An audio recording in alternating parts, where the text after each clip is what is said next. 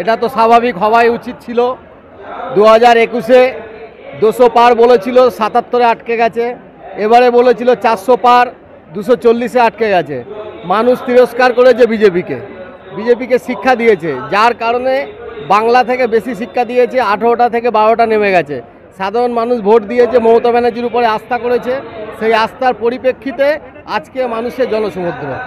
21শে জুলাইয়ের মঞ্চে আজকে 24-এর লোকসভা যেরকম উৎসর্গ করা হচ্ছে, 26-এরও চোখ এই লোকসভা মানে মঞ্চ থেকে নির্ধারিত হয়ে যাবে।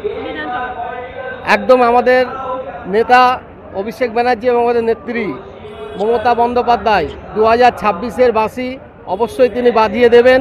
এরপরে 2025-এ আবার 21শে জুলাই হবে, তখন আমাদের আরও একটা নড়তড়ি করে দেবে।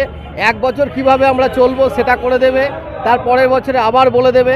প্রতি বছর 21শে জুলাই আমাদেরকে বার্তা দেয়, আর 2026-এ বাংলা থেকে বিজেপি মুক্ত, এটার আজকের আহ্বান করা হবে। অভিষেক ব্যানার্জি বলেছে লোকসভা ভোটের জয় উপভোগ্য হলেও আত্মসন্তুষ্টি নয়।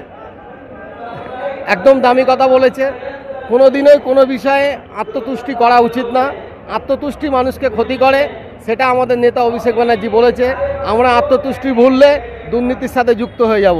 আত্মতুষ্টি না দেখানোটাই একটা দলের কর্মীদের উচিত। কুণাল ঘোষ বলছে বিজেপির আগে এসইউসিআইকে টেক্কা দিয়ে তারপর টিএমসির কাছে আসতে হবে। কুণালদা তো দামি কথাই বলে বরাবরই, এবং বিরোধীদের জন্য কুণালদার বার্তা সবসময় ভালো। এবং সত্যি এসইউসিআইয়ের সঙ্গে এখন দরকার বিজেপির টক্কর নেওয়া, তারপরে তৃণমূলের কথা ভাবা। বিজেপিকে কি বললো মানে বলতে চাও? বিজেপিকে তাদের কোনো অস্তিত্ব থাকবে বাংলায়? বিজেপিকে বাংলায় আমি বলবো না। দেখুন, বিজেপির ক্ষেত্রে আমি একটা কথা বলবো, অযোধ্যার মানুষরা, সেখানেকার হিন্দু ভাইয়েরা তারা ভোট দিয়ে বুঝিয়েছে সাম্প্রদায়িক বিভাজন চলবে না। বৈদ্যনাথের মানুষরা ভোট দিয়ে বুঝিয়েছে সেখানে সাম্প্রদায়িক চলবে না। দেবী সীতার জন্মস্থানে সেখানেকার মানুষ বুঝিয়েছে বিজেপিকে হারিয়ে যে সাম্প্রদায়িকতা চলবে না।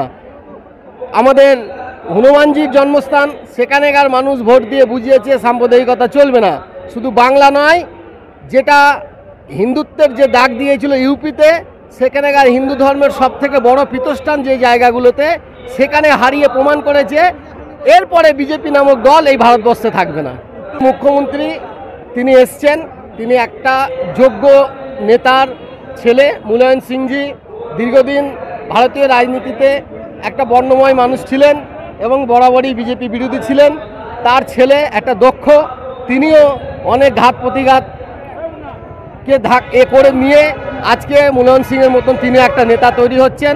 মমতা ব্যানার্জিকে তিনি সর্বদা সমর্থন করেন।